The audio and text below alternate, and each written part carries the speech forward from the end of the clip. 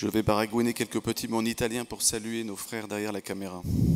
Carissimi fratelli e sorelle, è una gioia accogliervi qui come in Italia per vivere insieme questo bellissimo matrimonio.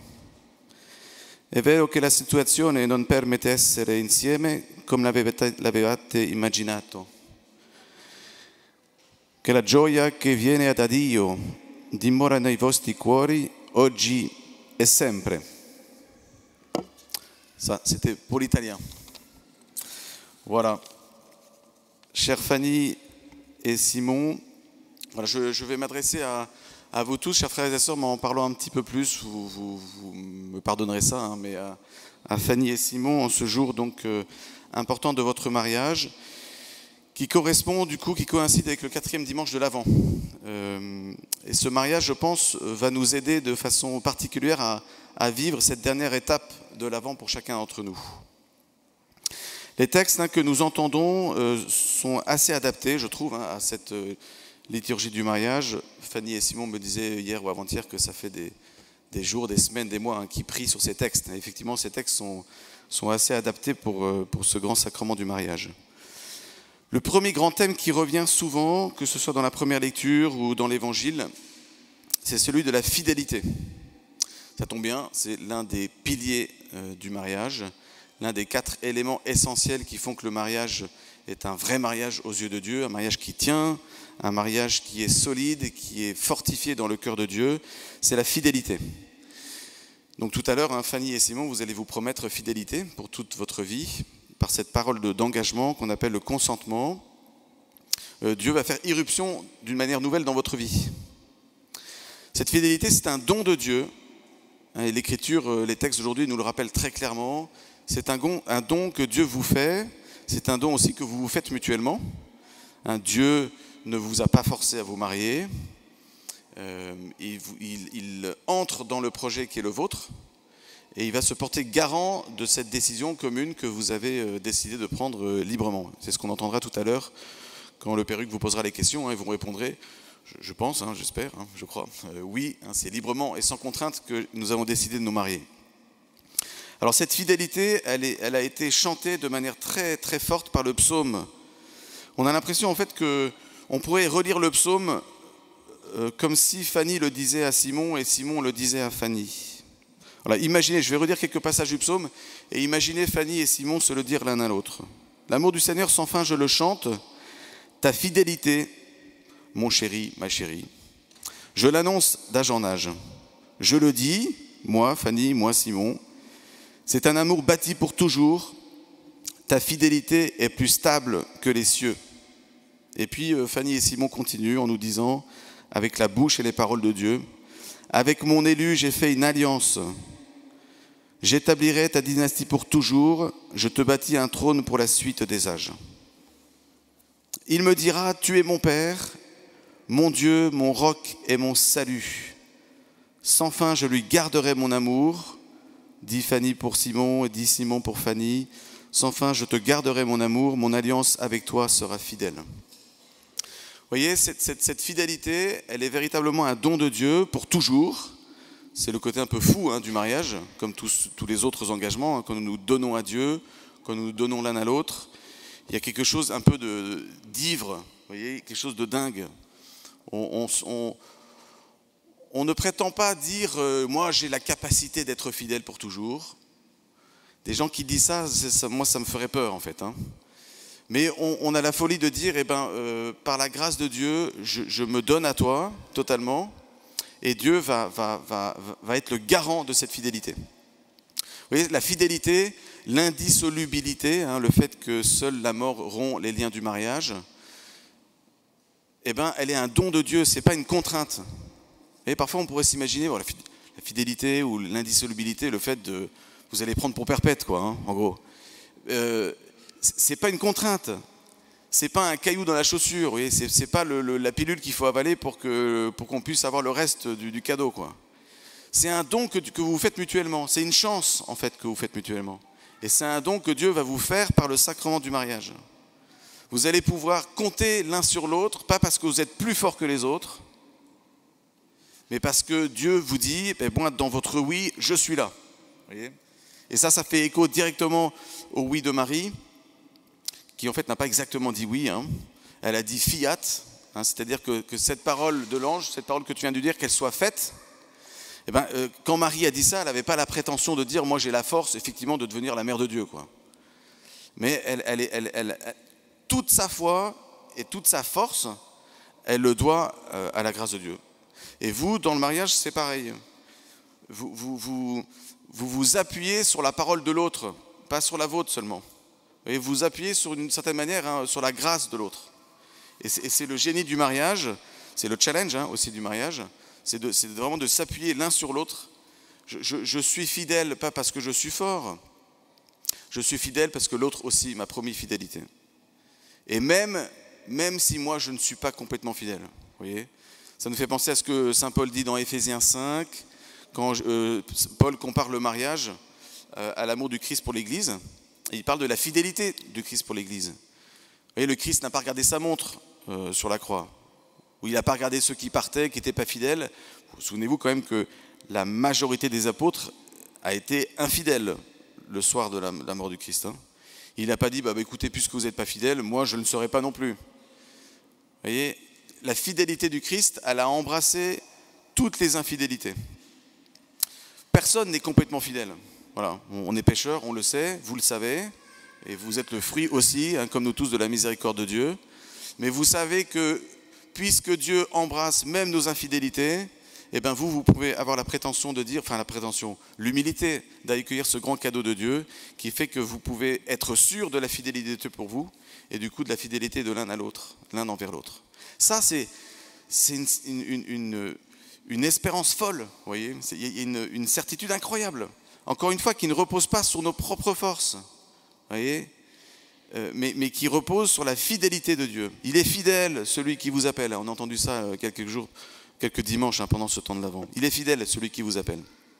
Et vous pouvez vous dire l'un à l'autre aussi, moi, je sais que je serai avec toi parce que toi, tu m'as promis cette fidélité. Vous voyez, il y a vraiment un abandon total l'un à l'autre dans le sacrement du mariage.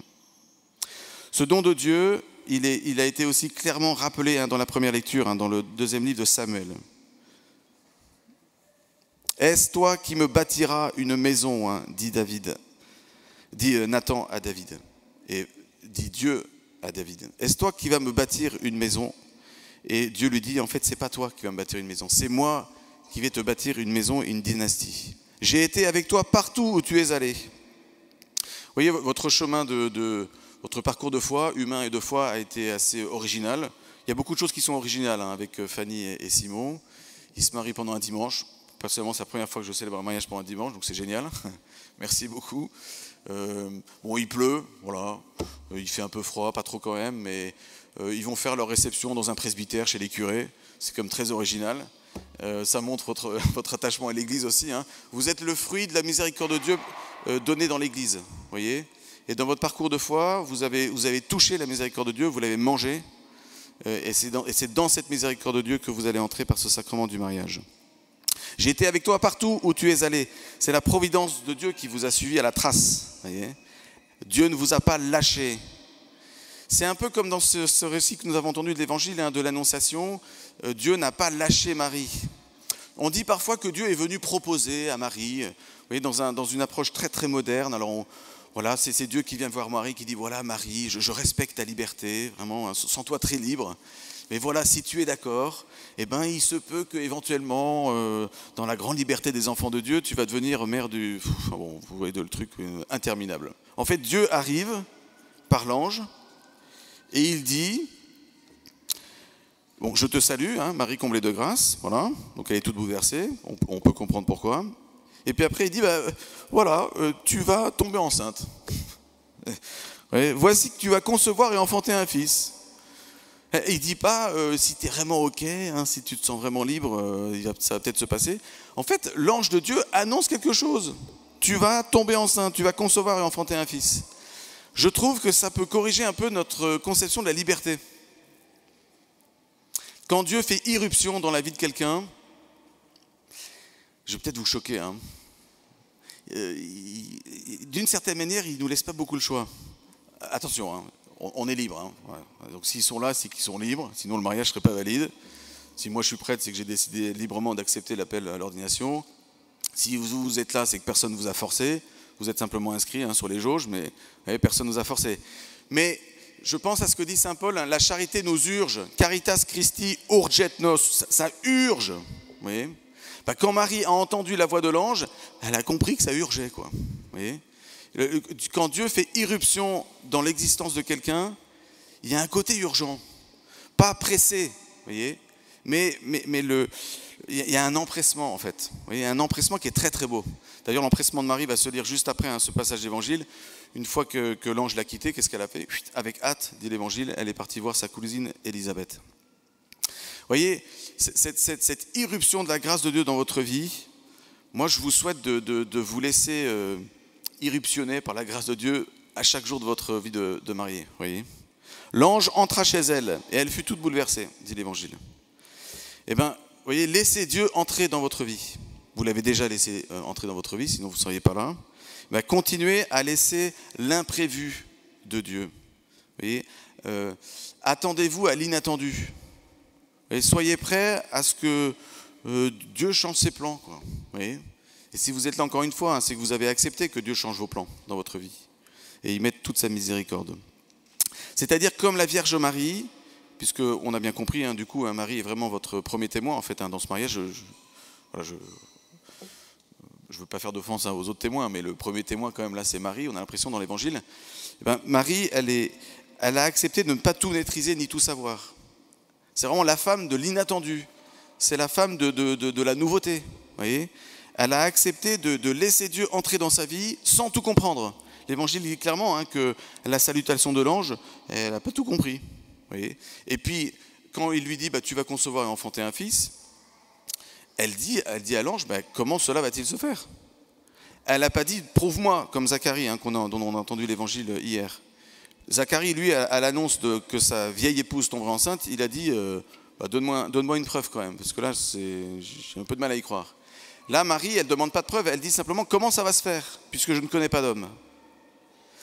Elle pose des questions. Vous voyez, Marie, c'est une fille qui est attentive, c'est une fille qui n'est pas pleine d'elle-même, elle est pleine de la grâce de Dieu. Vous voyez, la définition que l'ange donne à Marie, il lui dit, tu es un kékaritomene, en grec, ça veut dire tu es bourré de grâce, tu dégoulines de grâce. Il n'y a rien en toi qui n'est pas de la grâce. C'est quand même incroyable. Ça veut dire que dans Marie, il n'y a rien qui vient d'elle. C'est fort, ça doit être compliqué en fait à gérer quand même. Il n'y a rien qui vient d'elle. Toute sa richesse, elle vient d'un autre, en l'occurrence de Dieu. Vous aussi, si vous voulez réussir, entre guillemets, si vous voulez plutôt entrer dans cette fidélité dans le mariage, il faut vous accepter que en fait, rien de bon ne vient d'abord de vous. Vous acceptez de reconnaître que tout ce qu'il y a de bon, c'est par l'autre que vous allez le recevoir. Vous voyez, par le mariage, on dit, je veux entrer au ciel par toi. Vous devenez d'une certaine manière l'un pour l'autre un prêtre. Vous voyez, le but du prêtre, c'est de relier les hommes à Dieu. Et vous, l'un pour l'autre, vous allez vous relier à Dieu. Vous voyez, l'un par l'autre, vous allez entrer dans la maison de Dieu. Et au soir de votre vie, quand vous allez vous retrouver devant le bon Dieu, il va vous demander, quoi. Moi, je pense. Simon, Fanny, qu'est-ce qui fait que vous êtes si beaux? Qu'est-ce qui fait que vous avez changé depuis le 20 décembre 2020? Vous êtes déjà très beau, mais à la fin, ça sera encore meilleur. Il va vous demander ça. Et je pense que vous direz, en fait, Seigneur, Fanny dira, c'est Simon que tu m'as donné. C'est par lui, en fait, que je suis devenu aussi beau à tes yeux. Et Simon dira la même chose. C'est la Fanny que tu m'as donnée. C'est elle qui a fait que maintenant, par ta grâce, je suis devenu ce que je suis maintenant devant tes yeux. Vous voyez, ça, c'est le grand génie de la Vierge Marie, d'être tout par un autre. Vous voyez, elle est rien par elle toute seule, pleine de grâce. Ça veut dire que vous ne vous appartenez plus, comme dit saint Paul, vous êtes appelés à vous donner totalement l'un à l'autre et à avoir des cœurs de pauvres. J'en viens à un thème qui est chéri pour Fanny et pour Simon, très cher à vos cœurs, celui d'avoir un cœur de pauvre. Tout à l'heure, la bénédiction finale, la liturgie vous fera entendre ces très belles paroles qui me font donner des frissons à chaque fois que je les prononce. Ouvrez votre porte aux malheureux et aux pauvres, qui vous recevront un jour avec reconnaissance dans la maison du Père. Vous voyez, ce sont eux qui un jour vous regarderont les yeux dans les yeux quand vous entrerez au ciel.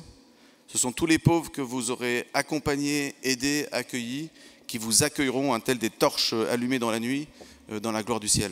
Voyez, c'est eux qui vous accueilleront et c'est eux qui vous béniront par la grâce de Dieu. Ça, c'est vraiment un des grands mystères aussi du mariage.